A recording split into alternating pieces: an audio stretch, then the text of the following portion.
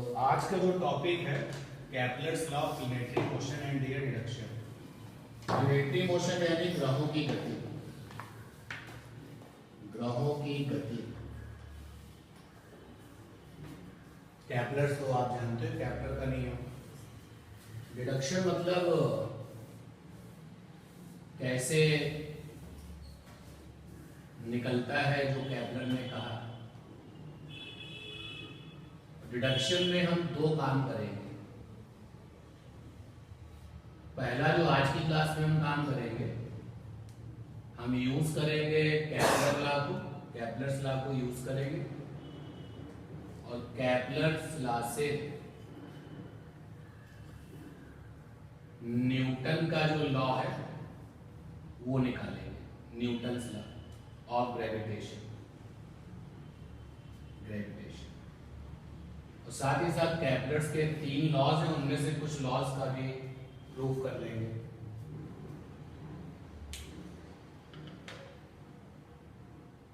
अब इस टॉपिक को पढ़ने के लिए तुम्हें अपने इलिप्स के बारे में कुछ पता होना चाहिए। शुरुआत करते हैं रफ वाले से। अगर आपको इलिप्स के बारे में ये सारी बातें पता है तो अच्छी बात है, और नहीं तो आप इनको पता कर लें। ये हमने इलिप्स बना दिया। दीर्घवृत्त हिंदी में कहते हैं इलिप्स, दीर्घवृत्त। तो इलिप्स में 2 फोकस होते हैं, एक फोकस ये, एक फोकस ये। अगर हम इसको कहते हैं कि ये पहला फोकस है, ये बन जाएगा दूसरा फोकस, या इसको ऐसे लिख देते हैं F और F डैश। जिसका मन होगा इसको पहला तो ये दूसरा बन जाएगा। अगर कोई कहता है कि भाई ये आपका पहला है तो ये दूसरा बन जाएगा। और दोनों फोकस के बीचों बीच, बिल्कुल बीचों बीच, मिडिल में जो पॉइंट होता है वो सेंटर कहलाता है इलिप्स का।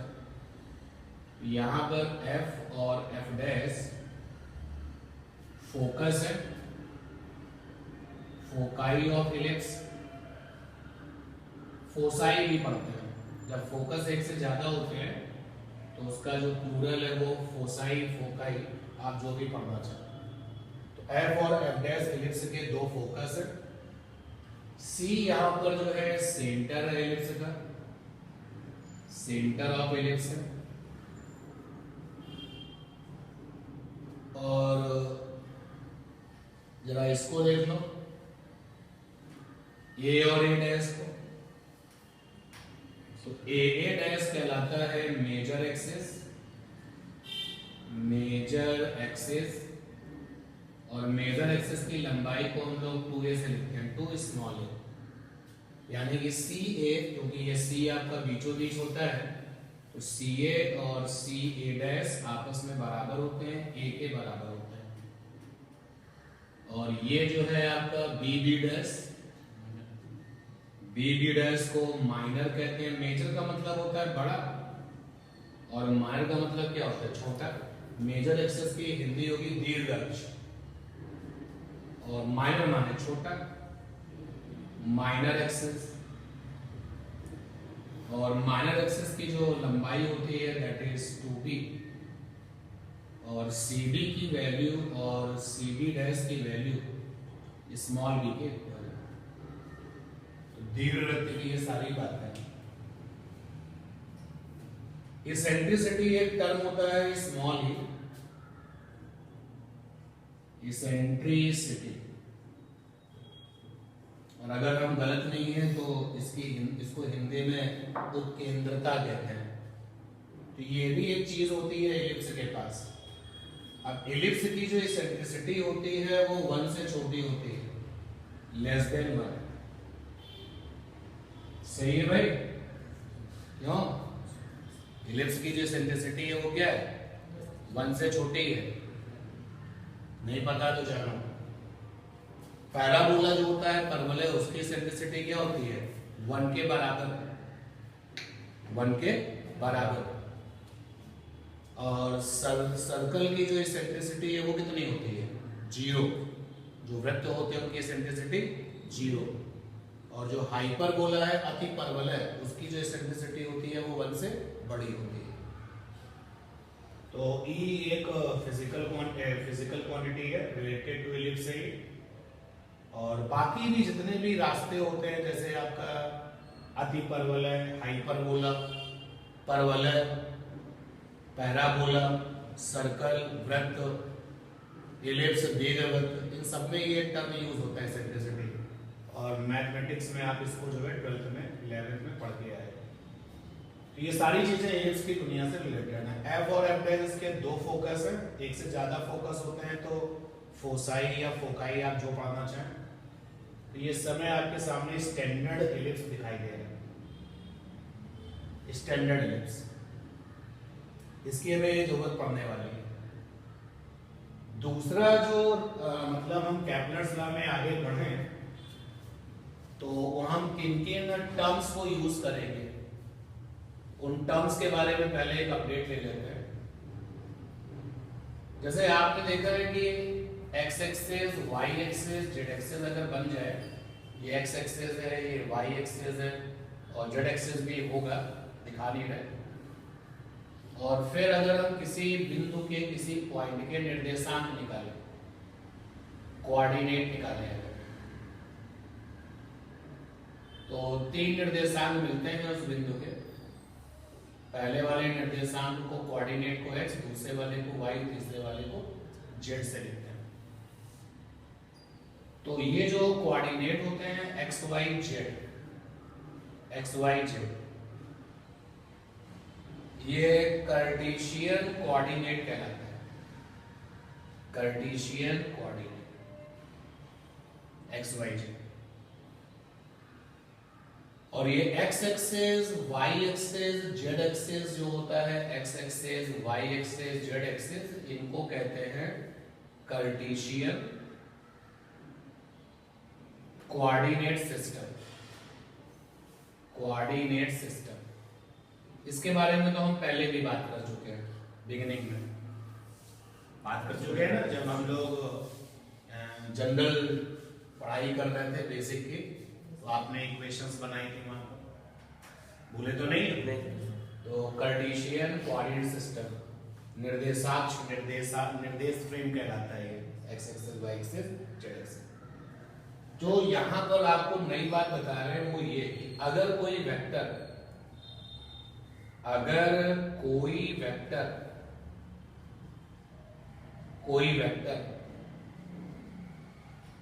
कार्टेशियन कोऑर्डिनेट सिस्टम में ले आया जाए, कार्टेशियन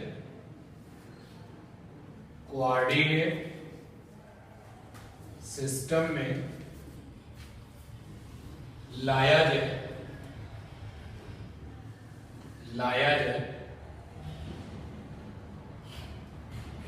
तो उस वेक्टर के अधिकतम यानी कि मैक्सिमम 3 घटक होते हैं, 3 कंपोनेंट्स होते हैं, 3 घटक होते हैं। एक कंपोनेंट होता है एक्स कंपोनेंट जो एक्स एक्सिस पे जाता है, दूसरा होता है आपका वाई कंपोनेंट जो कि वाई एक्सिस पे जाता है, और तीसरा होता है आपका जेड कंपोनेंट जो कि जेड एक्सिस पे मिलता है। तो किसी भी वेक्टर के अगर हम लोग यहाँ पर कार्टेशियन कोऑर्डिनेट सिस्टम में कंपोनेंट्स के बारे में बात करें, घटकों के बारे में बात करें, तो हमेशा कितने घटक से हों? 3, मैक्सिमम 3, अधिकतम 3 मिले। ठीक है, आज की क्लास का ये टॉपिक आप देख लो भाई, टॉपिक ये है और रफ वर्क चल रहा है, अभी टॉपिक स्टार्ट नहीं हुआ, क्योंकि टॉपिक आए या ना आए रिलेटेड जनरल टर्म्स आने चाहिए, और ये रफ वर्क 2 हो गया। तीसरे नंबर पे जो रफ वर्क में आप जाने वो क्या है, एक होता है आपका polar coordinate system. Polar coordinate system ये भी हल्का फुल्का इंट्रोड्यूस कर लिया जाता है 12th क्लास में। पोलर कोऑर्डिनेट सिस्टम ये आपको पढ़ना पड़ेगा अभी फिजिक्स में ही, ध्रुवीय निर्देश तंत्र। ध्रुवीय निर्देश तंत्र कार्टेशियन कोऑर्डिनेट सिस्टम को हम लोग कार्टेशियन निर्देश तंत्र कहते हैं, निर्देशाक्ष कहते हैं, और एक होता है आपका ध्रुवीय निर्देश तंत्र। तो कार्टेशियन कोऑर्डिनेट सिस्टम में एक्स एक्सिस होता है, वाई एक्सिस होता है, जेड एक्सिस होता है और ओरिजिन यानी कि मूल बिंदु होता है। ध्रुवीय निर्देश तंत्र में क्या होता है? ध्रुवीय निर्देश तंत्र में हमको एक हॉरिजॉन्टल लाइन मिलती है, क्षैतिज रेखा, हॉरिजॉन्टल लाइन, क्षैतिज रेखा। इस हॉरिजॉन्टल लाइन को इनिशियल लाइन भी कहते हैं, प्रारंभिक रेखा भी कहते हैं। आप इसको इनिशियल लाइन भी कहते हैं, इनिशियल लाइन। और इस इनिशियल लाइन पर एक फिक्स पॉइंट मिलता है, फिक्स्ड पॉइंट। और इस फिक्स्ड पॉइंट को ध्रुव कहते हैं, पोल, ध्रुव। और अगर आपको ये फिक्स पॉइंट ना दिया जाए तो फिर आप अपनी तरफ से कोई फिक्स पॉइंट ले मिल गया। इतनी बार निर्देश तंत्र आपको ध्रुवीय निर्देश तंत्र में दो चीजें दे दी गई। फिर आपसे कहा गया कि ये जो बिंदु है एम, एम का निर्देशांक निकालो, निर्देशांक निकालो, कोऑर्डिनेट निकालो,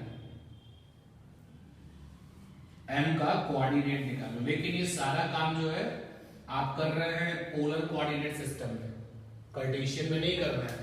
कार्टेशियन में आप जब निर्देशांक निकालते थे, कोऑर्डिनेट्स निकालते थे, तो एक्स आता था, वाई आता था, जेड आता था। जो पहला कोऑर्डिनेट होता था वो एक्स, दूसरा वाला वाई, तीसरा वाला जेड। अब यहां पे कैसे निर्देशांक निकलते हैं? सुनो, सीखो कैसे निकलते हैं। जिस भी बिंदु का, जिस भी पॉइंट का निर्देशांक निकालना है उसको तुम फिक्स पॉइंट से मिला दो। चलो फिक्स पॉइंट को ओ नाम दे देते हैं। देखो ये दूरी कितनी है, ये दूरी है ओ एम, ठीक। तो निर्देशांक में पहला तो हो गया ओ एम, यानी पहले नंबर में क्या लिखा जाता है? दूरी उस बिंदु की फ्रॉम द फिक्स्ड पॉइंट जिसका कि निर्देशांक निकालना है। एम का मुझे पोलर कोऑर्डिनेट निकालना था, निर्देशांक निकालना था, तो पॉइंट एम की फिक्स्ड पॉइंट से दूरी ले ली ओ एम। अभी जो मिलाने वाली लाइन है ना, इस मिलाने वाली लाइन में इस हॉरिजॉन्टल लाइन से कितना कोण बनाया है, कितना एंगल बनाया है, और कॉमा करके उसको लिख दो। अगर हम ओ एम को, दूरी को आर से लिखें तो यहां पर आ जाएगा R comma theta. R comma theta जो है वो क्या है? ध्रुवीय निर्देशांक है, पोलर कोऑर्डिनेट्स, ठीक है। और एक काम कर लेते हैं, जैसे कि मुझे इसका ध्रुवीय निर्देशांक निकालना है, एम का ध्रुवीय निर्देशांक। तो पहले हम क्या करेंगे? फिक्स्ड पॉइंट से दूरी लेंगे, मान लीजिए ये दूरी आर डैश है, जनरली दूरी को हम लोग आर से लिखते हैं। तो निर्देशांक में एक तो हो गया आर डैश कॉमा। अब इस मिलाने वाली लाइन में हॉरिजॉन्टल से कितना कोण बनाया है? कोण जो हम लोग लेते हैं ना हमेशा एंटी क्लॉकवाइज, घड़ी की उल्टी दिशा में। मान लेते हैं ये जो नया एंगल बना है थीटा डैश है, ध्रुवीय निर्देशांक क्या हो गया? R dash comma theta dash. निकाल लेंगे तो ये हो गया रफ वर्क नंबर 3। अगर कोई वेक्टर कार्टेशियन कोऑर्डिनेट सिस्टम में आ जाए, ले आया जाए, तो उसके 3 घटक होते हैं।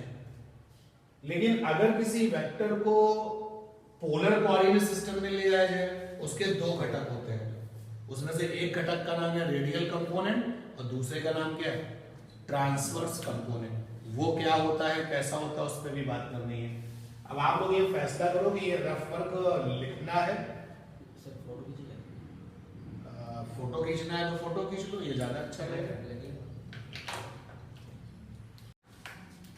तो इमेज आपको दे देते हैं, लेकिन कुछ बाउंड्रीज बना लेते हैं। ये सारी की सारी मेहनत कैपलर्स लॉ को और उससे जुड़े हुए जो पॉइंट्स हैं उनको करने के लिए की जा रही है। पहला रफ वर्क तो ये हो गया आपका, दूसरा रफ वर्क ये हो गया,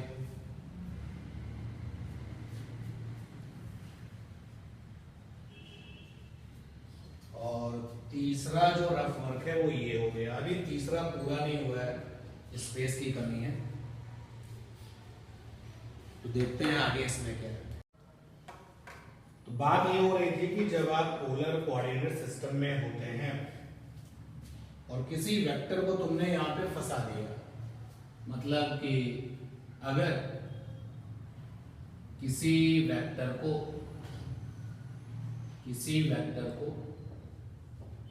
पोलर कोऑर्डिनेट सिस्टम, ध्रुवीय निर्देश तंत्र कोऑर्डिनेट सिस्टम में लाया जाए तो उस वेक्टर के अधिकतम यानी कि मैक्सिमम दो कंपोनेंट होते हैं, टू कंपोनेंट्स होते हैं, दो कंपोनेंट्स होते हैं। पहला होता है रेडियल कंपोनेंट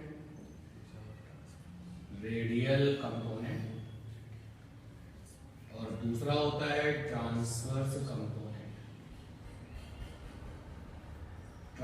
कंपोनेंट। ये जो आपकी OM है ना, यहां पे OM, इसका नाम है रेडियल लाइन। और इसको अगर तुमने वेक्टर से मिला दिया ऐसे, ये ऐसे, तो बन जाएगा रेडियस वेक्टर। यहां पर OM क्या है? Radial line. OM है रेडियल लाइन। अब OM रेडियल लाइन है OM के लिए, N के लिए, और OM रेडियल लाइन किसके लिए? N के लिए। तो जैसे आपके पास में पोलर कोऑर्डिनेट सिस्टम की हॉरिजॉन्टल लाइन ये रही, हॉरिजॉन्टल लाइन क्षैतिज रेखा, इसको इनिशियल लाइन भी कहते हैं, और ये फिक्स पॉइंट हो गया, इसको पोल कहते हैं, ध्रुव कहते हैं। ये पॉइंट है, मान लेते हैं A, तो OA का नाम है रेडियल लाइन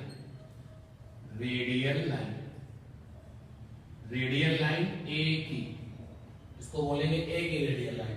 तो किसी और पॉइंट की रेडियल लाइन अलग बनेगी। तो जो रेडियल कंपोनेंट होता है ना, तो रेडियल कंपोनेंट की जो डायरेक्शन होती है, कि डायरेक्शन अलोंग रेडियल लाइन होती है,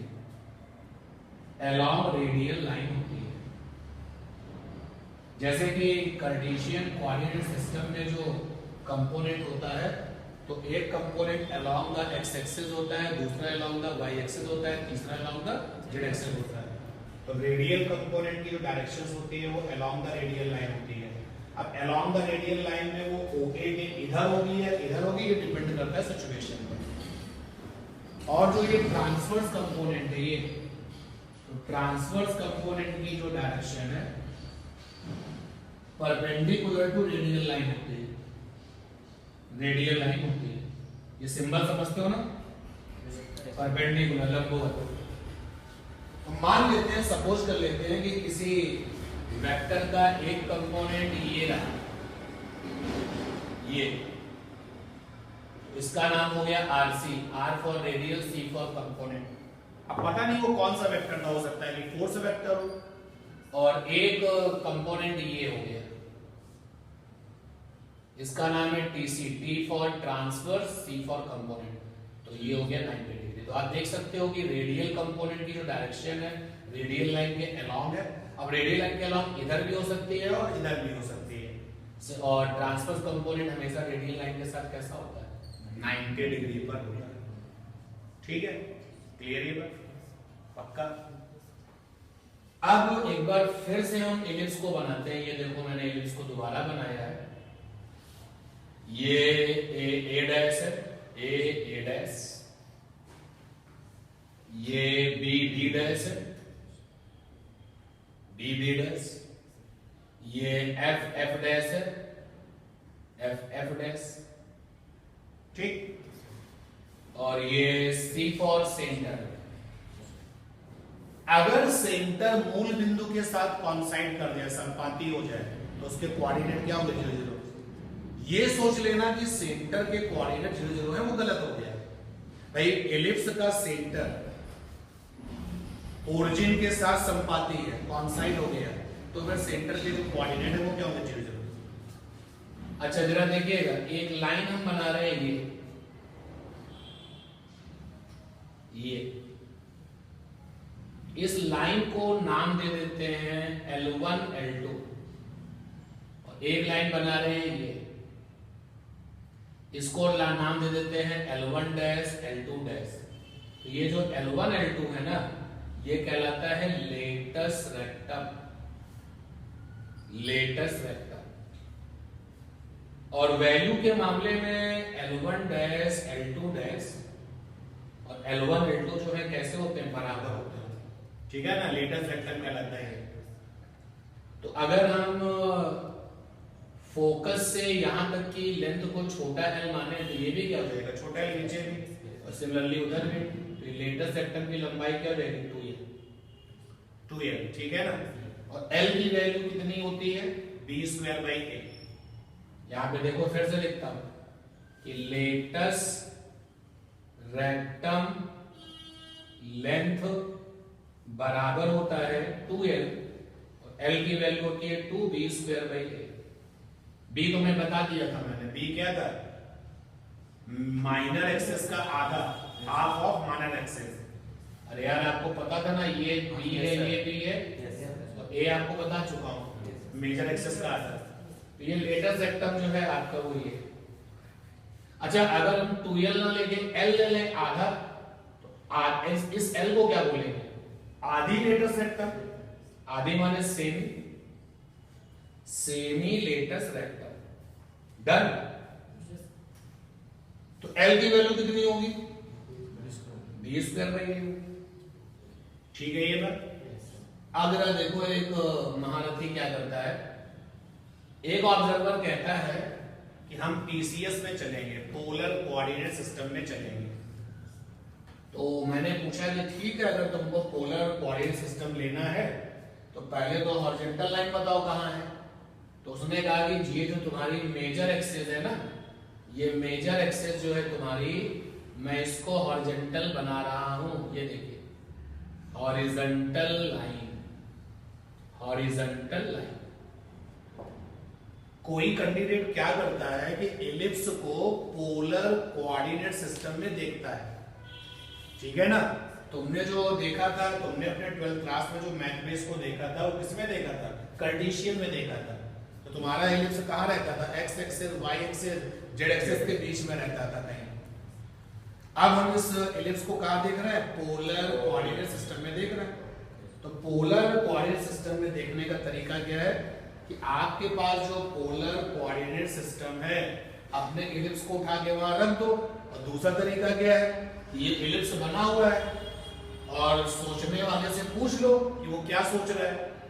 तो ऑब्जर्वर ने कहा ये जो मेजर एक्सिस है ए डैश, इसको हम क्या बनाने वाले हैं? Horizontal line. और मैंने कहा भाई पोल कैसे बनाओगे? पोल, तो उसने कहा कि जो फोकस दिख रहा है उसमें से एक फोकस को पोल बना लेंगे। यानी जरा देखिए जो मैं लिख रहा हूं यहां पर, अगर मेजर एक्सिस को हॉरिजॉन्टल लाइन बना लिया जाए, हॉरिजॉन्टल लाइन बना लिया जाए फॉर पीसीएस, जगह की कमी इसलिए पीसीएस, पीसीएस का फुल फॉर्म है polar coordinate system, PCS, P for polar, C for coordinate, S for system. कि पोलर कोऑर्डिनेट सिस्टम में जो हॉरिजॉन्टल लाइन की आवश्यकता पड़ती है, रिक्वायरमेंट होती है, उसको बनाने के लिए, उसको करने के लिए, पूरा करने के लिए मेजर एक्सिस को क्या बना दिया? हॉरिजॉन्टल लाइन बना दिया। और एक फोकस को पोल बना दिया जाए, पोल बना दिया जाए तो तैयार हो जाइए। मान लेते हैं ये पोल बन गया है, ये पोल बन गया। तो अब हमें इलिप्स पर एक बिंदु लेना है, पॉइंट। मैंने ये पॉइंट लिया, इस पॉइंट का नाम P है। ठीक है, जब आप 12th क्लास स्टूडेंट थे तो आप जब इलिप्स का इक्वेशन निकालते थे, समीकरण निकालते थे, तो कैसे निकालते थे? इलिप्स पर एक बिंदु लेते थे, उसके निर्देशांक लेते थे x, y। ठीक है, और फिर x, y के बीच में एक संबंध निकालते थे, रिलेशन निकालते थे। जो रिलेशन निकलता था उसी को हम लोग क्या कहते थे कि ये इलिप्स की इक्वेशन है। तो अब हम पोलर कोऑर्डिनेट में हैं और मुझे पोलर कोऑर्डिनेट में रहते हुए इलिप्स का समीकरण इक्वेशन निकालना है। काम वही करेंगे, इलिप्स पर एक बिंदु ले लिया P, लेकिन पोलर में इसके निर्देशांक क्या होंगे? x, y तो होंगे नहीं। और इसको मैंने पोल बनाया, देखो इसको हाईलाइट कर रहा हूं इसलिए, ये पोल है मेरा। तो भैया यहां से यहां तक मिलाओगे तो f डैश P क्या हो गया? r। फिक्स्ड पॉइंट से पॉइंट की दूरी क्या होगी? r। ठीक है ये बात। और ये जो एंगल बनता था वो क्या हो गया? थीटा। तो पोलर कोऑर्डिनेट क्या हो गया? r, theta. तो इलिप्स पर मौजूद किसी पॉइंट के पोलर कोऑर्डिनेट क्या है? r, theta. अब जब इक्वेशन बनाई जाती है, हम आपको बना के नहीं दिखा रहे हैं, जब इक्वेशन बनाई जाती है तो इक्वेशन ऑफ इलिप्स आता है, इक्वेशन ऑफ इलिप्स, यानी ये आप इक्वेशन ऑफ इलिप्स पढ़ रहे हैं किसमें? पोलर कोऑर्डिनेट सिस्टम में। इन P for polar, C for coordinate, S for system. ये निकल के आता है L/R बराबर 1 माइनस E cos थीटा। यहां पे छोटा L क्या है? Semi latus rectum. छोटा L क्या है? Semi latus rectum. R क्या है? पोलर कोऑर्डिनेट का हिस्सा। भाई R क्या है? पोलर कोऑर्डिनेट का हिस्सा। जैसे अगर मैं तुम्हारी वाली इक्वेशन लिख देता x² upon a² plus y² b² बराबर 1, जो तुमने पढ़ी है, तो वहां पे मैं पूछता x क्या है, तो तुम कहते हैं कि x जो है कोऑर्डिनेट का हिस्सा है। तो यहाँ पे r क्या है? पोलर कोऑर्डिनेट का हिस्सा। और थीटा यहाँ पर क्या है? पोलर कोऑर्डिनेट का हिस्सा। और e क्या है? इसेंट्रिसिटी। तो ये जो इस समय आप देख रहे हो, इसको कहते हैं equation of ellipse in PCS। Equation of ellipse in PCS, polar coordinate system. और इसको बनाने के लिए एक्सपर्ट्स ने क्या किया है?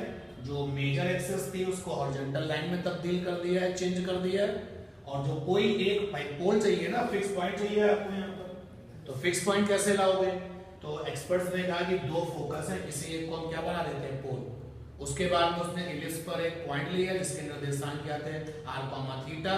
फिर अपना जो है ज्ञान उसने इस्तेमाल किया, नॉलेज को लगाया, और तब कहीं जाकर के ये रिलेशन तैयार हुआ। इस रिलेशन को equation of ellipse in PCS कहा जाता है। ये जो इक्वेशन आप देख रहे हो ना, आज की क्लास में हम इसका इस्तेमाल करने वाले हैं। ठीक है, तो हम बाद में ये समझें कि ये होता तो पहले ही रफ वर्क में देख लो। भाई जैसे मैं कहता हूं कि आप इस रास्ते की इक्वेशन निकाल सकते हैं क्या? आपने कहा नहीं निकाल नहीं सकते, लेकिन अगर मैं बता दूं कि इस रास्ते की इक्वेशन ये होती है, आप अपना समझ लेना उसको उसी तरीके से। भाई आपकी आदत क्या है कि इलिप्स की इक्वेशन ऐसी होती है, x² अपॉन a² और y² upon b² is equal to 1। आपने तो ऐसे ही पढ़ी है, लेकिन हम आज की क्लास में जो यूज करेंगे वो ये यूज करेंगे। तो उसमें जो जो चीजें यूज हो रही है मैंने बताई ना। अब आपको कम से कम ये तो पता है कि इक्वेशन ये होती है, और L क्या है? लेटस रेक्टम का आधा, R क्या है? पोलर कोऑर्डिनेट का एक हिस्सा R हो गया, और यहाँ पे थीटा क्या है? पोलर कोऑर्डिनेट का हिस्सा थीटा हो गया। ये R, थीटा पॉइंट कहाँ होगा? इलिप्स पर होगा। कहाँ होगा? इलिप्स पर होगा। डन? इमेज दीजिए इसकी भी। किसी भी रास्ते की जो इक्वेशन निकाली जाती है, मतलब क्या मैथमेटिकली उसका क्या मतलब है कि रास्ते में एक पॉइंट ले लो, उसके निर्देशांक ले लो। अब कम से कम तुम्हें पता है कि हमारे पास दो रास्ते हैं, अगर कार्टेशियन में सोचोगे तो कार्टेशियन के निर्देशांक ले लोगे एक्स वाई, और पोलर में सोचोगे तो पोलर के ले लोगे। और फिर आप अपना जो भी रूल है वहां पर, जो भी आपको नॉलेज है, उस नॉलेज का इस्तेमाल करो और रिलेशन निकालो जो निर्देशांक कोऑर्डिनेट्स आपने लिए हैं। तो जो रिलेशन निकल के आता है उसी इक्वेशन को, उस रास्ते की, उस पाथ की इक्वेशन कहा जाता है। जैसे कि सीधी लाइन की इक्वेशन होती है y बराबर mx प्लस c, ऐसे ही निकाला गया है कि सीधा रास्ता दिया गया था, पहले हमने उस रास्ते पर एक पॉइंट लिया जिसके कोऑर्डिनेट मान लिए क्या x, y, और फिर हमने अपने रूल्स इस्तेमाल किए। कौन कौन से रूल इस्तेमाल किए, तो फिर वो तो जब वर्किंग की जाती है तब देखना पड़ता है, और उसके बाद में रूल इस्तेमाल करके x y में क्या निकाल दिया, रिलेशन निकाल दिया, और जो x y में रिलेशन निकला वही रिलेशन उस पर्टिकुलर का क्या है, इक्वेशन। जैसे एक छोटा सा काम करके हम आपकी बात को जो है, अपनी बात को और बेहतर बना सकते हैं। हमको एक रास्ता दिया गया है और चैलेंज दिया गया कि इस रास्ते की इक्वेशन निकालो। तो हमने अपना बेसिक काम किया कि इस रास्ते पर एक पॉइंट लिया, उसके निर्देशांक मान लिए x, y। अच्छा, जो तुमने हमको रास्ता दिया वो है तो सर्कल, सर्कल का सेंटर तो फिक्स होता है, तो सेंटर तो कुछ ना कुछ होगा ही होगा, बिल्कुल होगा। अब सेंटर के जो कोऑर्डिनेट्स हैं वो हमने ले लिए 0 0, कुछ भी रहे होंगे। अगर कोई कहता है कि नहीं 4 9 तो 4 9 रहे होंगे, अभी हमने क्या लिया 0। अब मुझे कहा जा रहा है कि रास्ते की इक्वेशन निकालो, इसको अगर मिलाएंगे तो क्या बनेगा, रेडियस। तो मैंने कहा कि x y आपने निर्देशांक ले लिए, पोलर वाला क्या लेता है, x y नहीं लेता, क्या लेता r थीटा, ठीक है ना, मैंने भी x y लिया। आप फिर अपना नॉलेज, अपना ज्ञान, अपनी जो भी कॉन्सेप्ट है आपके पास, उनका इस्तेमाल करो और इक्वेशन निकालो। तो यहाँ पर मैं लगा रहा हूँ डिस्टेंस फार्मूला। डिस्टेंस फार्मूला अगर लगाऊंगा तो under root x2 minus x1 का होल स्क्वायर और y2 माइनस y1 का होल स्क्वायर, ओपी की जगह पर r है, अंडर रूट x2 माने x, x1 माने 0 whole square, y 0 whole square, r square बराबर x square plus y square. कामयाब हुए कि नहीं? अब ये जो रिलेशन आया ये सर्कल का क्या इक्वेशन है। तो भले ही आपको निकालना ना आता हो इक्वेशन, लेकिन वे तो पता होना चाहिए। उसी तरीके से इलिप्स था, पोलर कोऑर्डिनेट में उसको सजा दिया गया था और इलिप्स पर एक कोऑर्डिनेट ले लिया गया था r, थीटा। अब एक्सपर्ट्स ने फंडे इस्तेमाल किए, रूल इस्तेमाल किए और तब जाकर के उसने रिलेशन निकाला जो कि निकल के आया L/r is equal to 1 minus e cos theta. ठीक है, चलते भैया कैपलर्स लॉ में पहले उसने लॉज दिए कौन कौन से। तो अब जाकर के ये टॉपिक स्टार्ट हो रहा है कैपलर्स लॉ। बहुत इंटरेस्टिंग कहानी है कैपलर की, कम से कम कैपलर जो है इतना इंटरेस्टिंग आर्टिकल है, इसकी कहानी भी बहुत इंटरेस्टिंग है। 20 साल से ज्यादा की मेहनत छिपी हुई इनके लॉज में, और इनके गुरुजी थे, पहले उन्होंने काम किया, कैपलर्स उनके शिष्य थे। फिर गुरुजी ने जो भी काम किया कैपलर्स ने उसको भी इस्तेमाल किया, कुछ चेंजेस किए, तब जाकर के करीब 20 साल से ज्यादा का वक्त लगाया और फिर जाकर के इन्होंने जो अपने लॉज दिए। अब जब कैपलर लॉज दे देते हैं उसके करीब 50 साल से ज्यादा का समय निकल जाता है, तब न्यूटन ने उनके लॉज को डिस्कस किया और अपने ग्रेविटेशनल लॉ से उन्होंने कैपलर्स लॉ को क्या किया, सिद्ध किया। फिर उल्टा भी पॉसिबल है, कैपलर लॉ से न्यूटन के लॉ भी आप सिद्ध कर सकते हैं, डिडक्ट कर सकते हैं। ठीक है, तो कैपलर लॉ में जो पहला लॉ है वो क्या है, पहला नियम है लॉ ऑफ ऑर्बिट।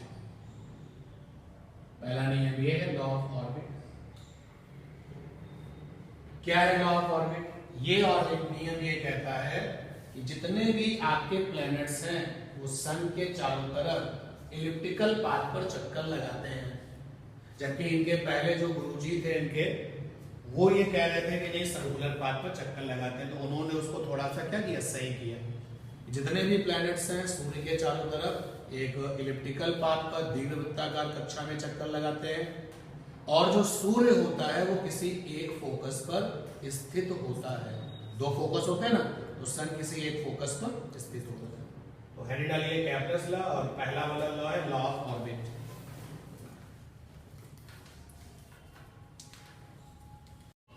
लिखिए भाई इसमें all the planets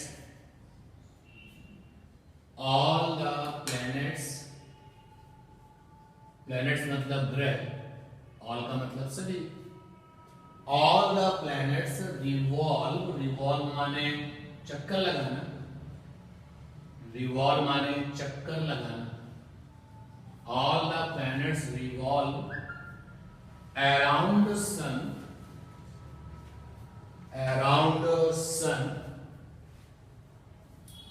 in elliptical path, elliptical माने दीर्घवृत्त, in elliptical path सारे के सारे प्लैनेट सूर्य के चारों तरफ दीर्घवृत्ताकार कक्षा में चक्कर लगाते हैं। All the planets revolve around sun in elliptical path and sun is situated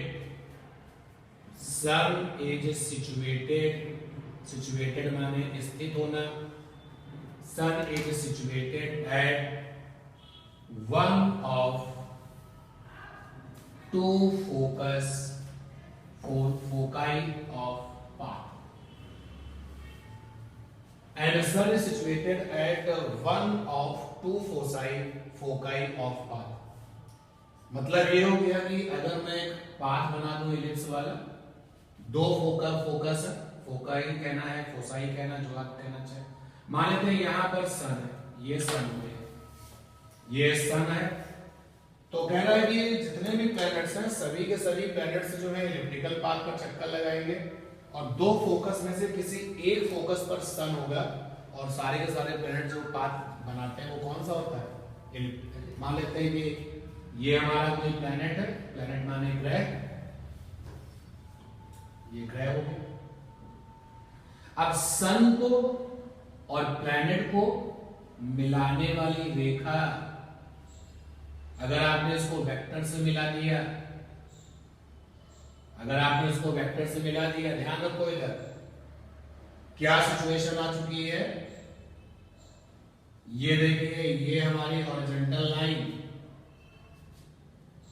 इस हॉरिजॉन्टल लाइन को पहचान लो, हॉरिजॉन्टल लाइन,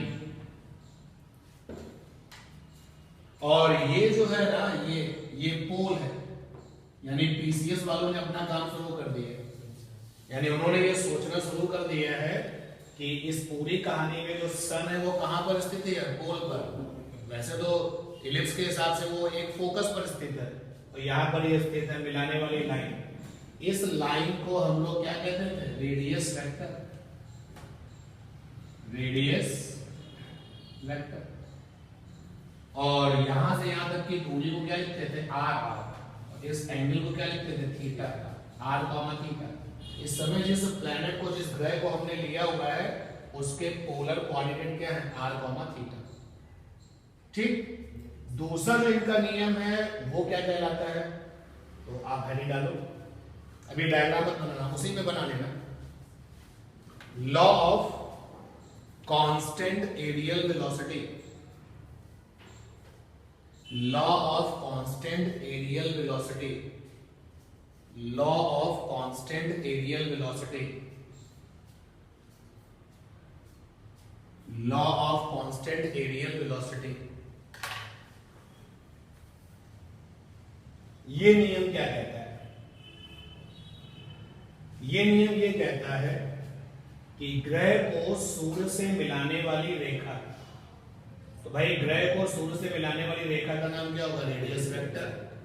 समान समय अंतरालों में समान क्षेत्रफल तय करती है। जैसे मान लेते हैं कि अभी प्लैनेट यहां पर है, ग्रह यहां पर है, और कुछ समय बाद ये प्लैनेट यहां पहुंचा, ये प्लैनेट यहां पहुंचा, तो अब जो रेडियस वेक्टर है वो ये हो गया। पहले रेडियस वेक्टर ये था, अब ये हो गया। तो देखो ये वाला क्षेत्रफल कवर किया, इसी को हम कहते हैं स्वेप्टिंग एरिया। और यहां से यहां तक जाने में मान लेते हैं कि 1 महीने का समय लगा, 1 मंथ। आप कोई भी समय ले सकते हो। फिर चलते चलते जो है अब जब हमने देखा तो प्लेनेट हमारा यहाँ था, प्लेनेट यहाँ पहुंच चुका है चक्कर लगा करके। अब जो रेडियस वेक्टर है वो ये है। फिर हमने यहां से यहां तक 1 महीने का समय लिया, तो अब हमने जब ग्रह को देखा तो फिर से 1 महीने का समय लिया। अब प्लेनेट यहां पहुंच चुका है, समय वही है 1 महीने का, 1 मंथ। तो 1 मंथ का समय ये है। और आप जरा देखिए भैया, स्विफ्टिंग एरिया ये है, ऊपर वाला स्विफ्टिंग एरिया और जो नीचे वाला स्विफ्टिंग एरिया वो कैसा होता है, सेम।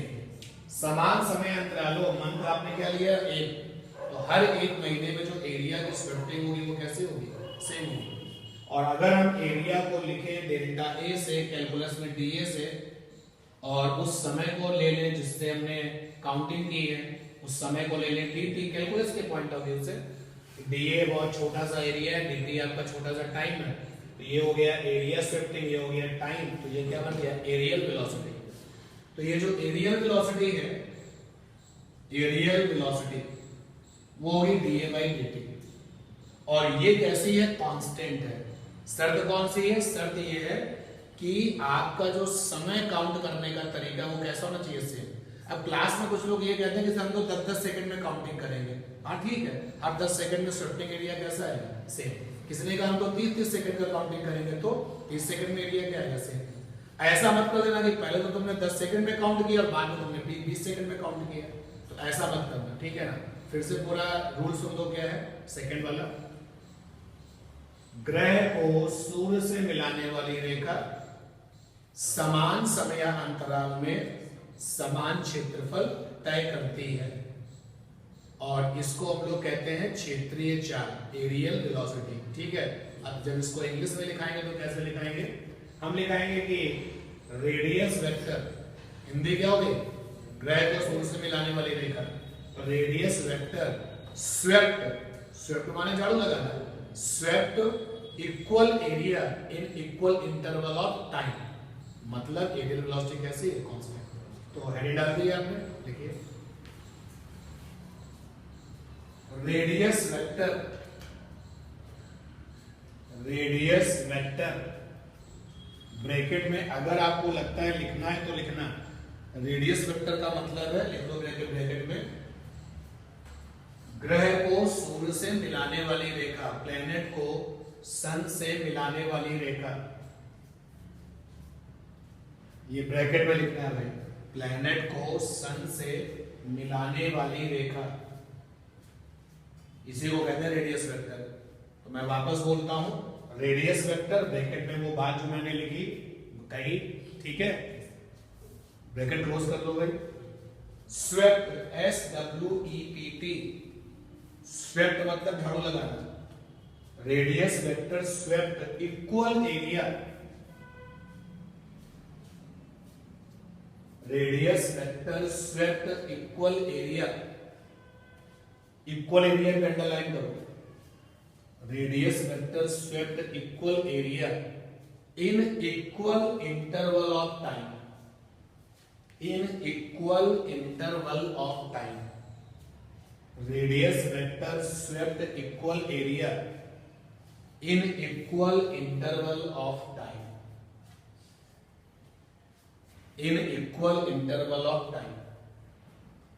नेक्स्ट लाइन पर आओ, नेक्स्ट लाइन पर देखिए, नेक्स्ट लाइन पर आप आइए, बोर्ड से देख के लिखो, एरियल वेलोसिटी, एरियल वेलोसिटी बराबर हम ले स्वेप्टिंग एरिया, स्वेप्टिंग एरिया जिसको कि हमने डीए लिखा, और अपॉन में नीचे टाइम, टाइम को हमने लिखा dt, और ये कैसी होती है भाई, कांस्टेंट। ये उन्होंने बात बताई कि हर इंटरवल टाइम जो भी आप ले रहे हैं उसमें आप देखोगे एरिया बराबर ही बराबर होगा। पहले 10 सेकंड में कितना स्विफ्ट एरिया था, 50 था, तो अगले 10 सेकंड में भी 50 था, अगले 10 सेकंड में फिर से 50 है, तो हर बार एरिया की वैल्यू 50 है, 10 सेकंड कितना आने वाला, 5 5 5। एरियल वेलोसिटी का फार्मूला होता है स्विफ्टिंग एरिया अपॉन में टाइम, तो ये भी लिख लो भाई, हो गया। अब डायग्राम बना लो, डायग्राम बनाओ, इसी डायग्राम में कुछ और भी काम करेंगे अलग से। ये सन जो है जिस फोकस पर है, हमने अपने पीसीएस पोलर पॉइंट के हिसाब से क्या बना दिया इसको पोल। यहीं पर एक चीज और भी लोग in form of the question पूछते हैं। क्या क्वेश्चन पूछते हैं कि जब कोई ग्रह सूर्य के करीब होता है तो उसकी जो चाल होती है वो ज्यादा होती है, और जब वो दूर होता है तो उसकी जो चाल होती है वो कम होती है। इसको भी आप यहाँ पे सीख लें क्यों होता है ऐसा, क्योंकि ये सच है जो स्टेटमेंट अभी दिया गया। तो अभी इसी डायग्राम को दोबारा से हम बना रहे हैं। ये रहा रेडियस वेक्टर r, यानी रेडियस वेक्टर की जो लेंथ है वो r है। ये वाला एंगल थीटा है, ये थीटा है, और यहां से यहां तक dt समय लगा है छोटा सा, और नया रेडियस वेक्टर ये है, और ये वाला एंगल कितना है d थीटा है। ठीक है, ये एरिया उसने स्वेप्ट किया। तो पहले हमारा इरादा है कि हम सबसे पहले स्वेप्टिंग एरिया निकालेंगे। तो स्वेप्टिंग एरिया, क्योंकि एरियल वेलोसिटी तभी आएगी जब स्वेप्टिंग एरिया मिल जाएगा, और फिर नीचे टाइम से क्या कर देंगे, डिवाइड कर देंगे। तो देखो भाई स्वेप्टिंग एरिया कितना आएगा। स्वेप्टिंग एरिया अगर हम इसको dA से लिखें तो कैसे निकलता है किसी सेक्टर का एरिया। भाई ये एक सेक्टर पार्ट है ना, हिस्सा है ये। किसी सेक्टर का एरिया कैसे निकलता है, half r square delta theta d theta.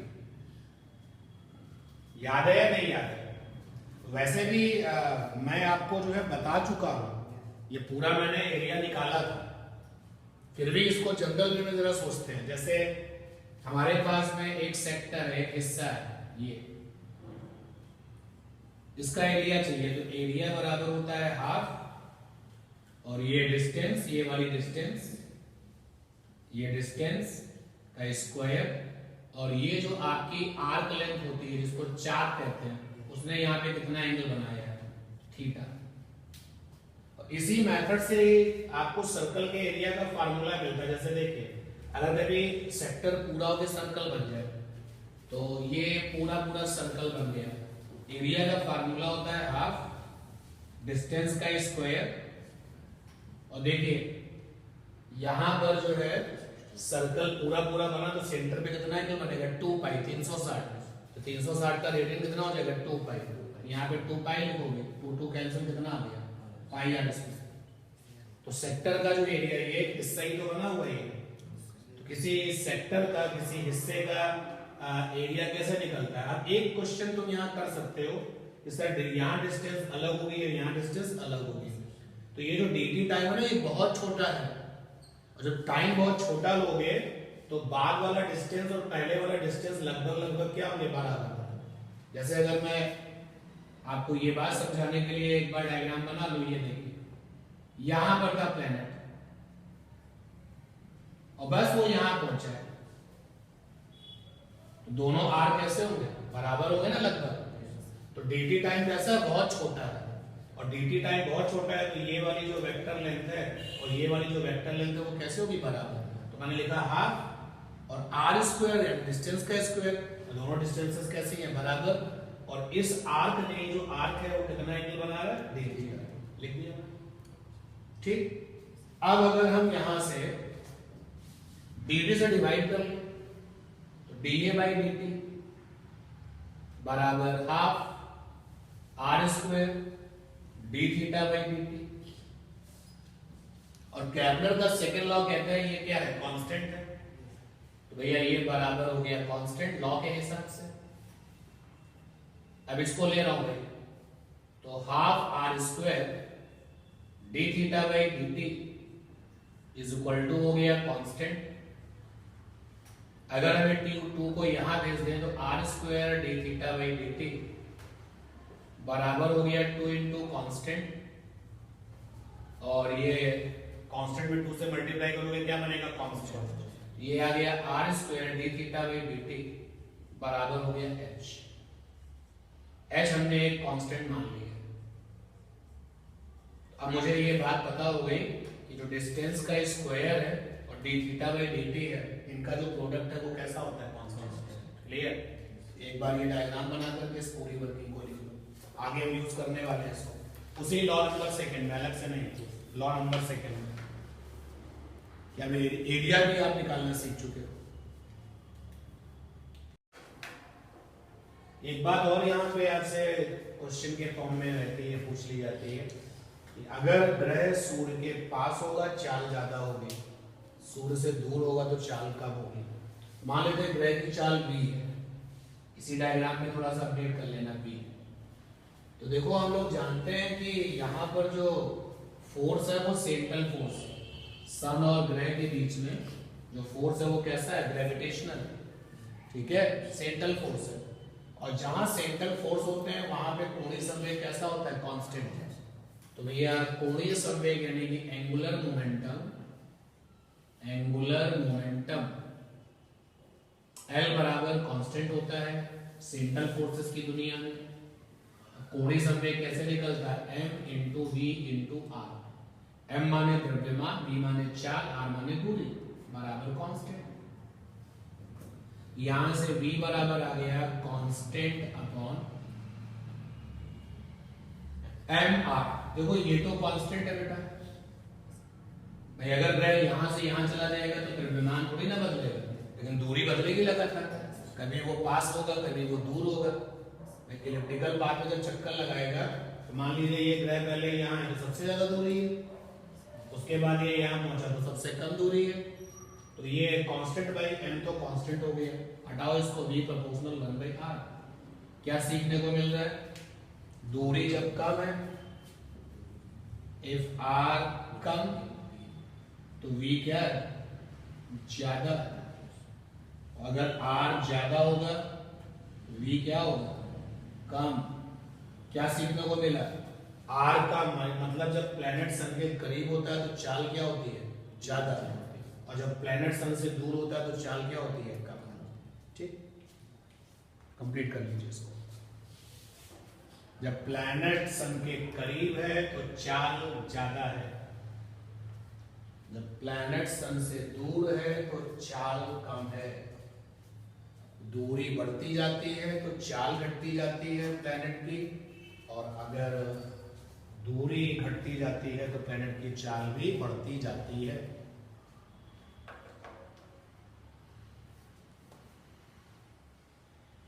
तो आपकी जो अर्थ है सन का चक्कर लगा रही है वो भी यही काम करती है, जल्दी जल्दी चलती है जब सन के करीब पहुंचती है, क्योंकि सन का टेम्परेचर अदरवाइज दूरी कम होने पर अर्थ को क्या कर देगा? डैमेज कर देगा। तेजी से निकलती है चक्कर लगाते हुए। तीसरा जो आपका लॉ है, जरा हेडिंग डाल लीजिए तीसरे लॉ पर। तीसरे लॉ का नाम है law of time period. Law of time period. Time period को हिंदी में कहते हैं आवर्तकाल। लॉ ऑफ टाइम पीरियड कहते हैं आवर्तकाल, कैपिटल टी से लिखा जाता है। और टाइम पीरियड का मतलब होता है एक चक्कर में लगने वाला समय। टाइम पीरियड का मतलब होता है एक चक्कर में लगने वाला समय।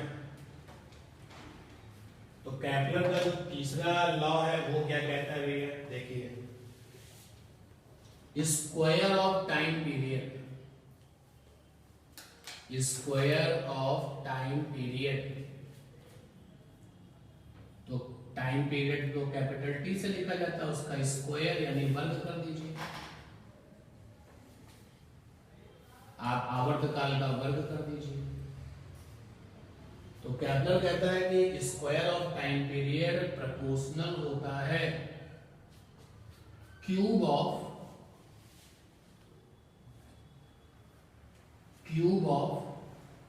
Semi major axis of elliptical path. Elliptical path तो मैंने आपको रफर में बता ही दिया है कि किसी भी इलिप्स का जो मेजर एक्सिस होता है वो कैसा होता है, 2a लंबा। उसकी लंबाई क्या होती है, 2a। तो उसका आधा क्या हो गया, a, उसके ऊपर क्यूब। क्यूब माने घन, यानी कि प्रोपोर्शनल टू a की पावर 3। तो t square proportional to a की पावर 3। ये सारे रूल्स आपको सिद्ध करने, प्रूव करने आगे जा करके। ये इनका तीसरा नियम। जब ये लिखने को आता है तो ऐसे लिख दो, उसमें कहानी क्या सुनाने की जरूरत। और अगर कहानी सुनाओगे तो किसी भी ग्रह के लिए आवर्तकाल का वर्ग सेमी मेजर एक्सिस के 3 घात के समानुपाती होता है। Square of time period is directly proportional to cube of semi major axis. Note कर लीजिए।